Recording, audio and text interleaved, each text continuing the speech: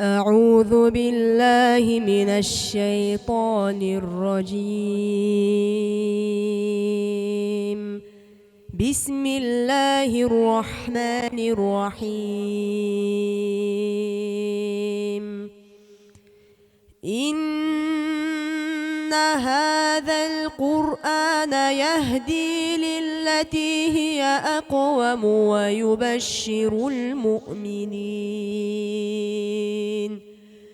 ويبشر المؤمنين الذين يعملون الصالحات أن لهم أجرا كبيرا، وأن الذين لا يؤمنون بالآخرة أعتدنا لهم عذابا أليما. ويدعو الإنسان بالشر دعاءه بالخير،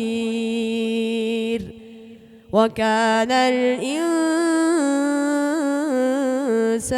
عجولا.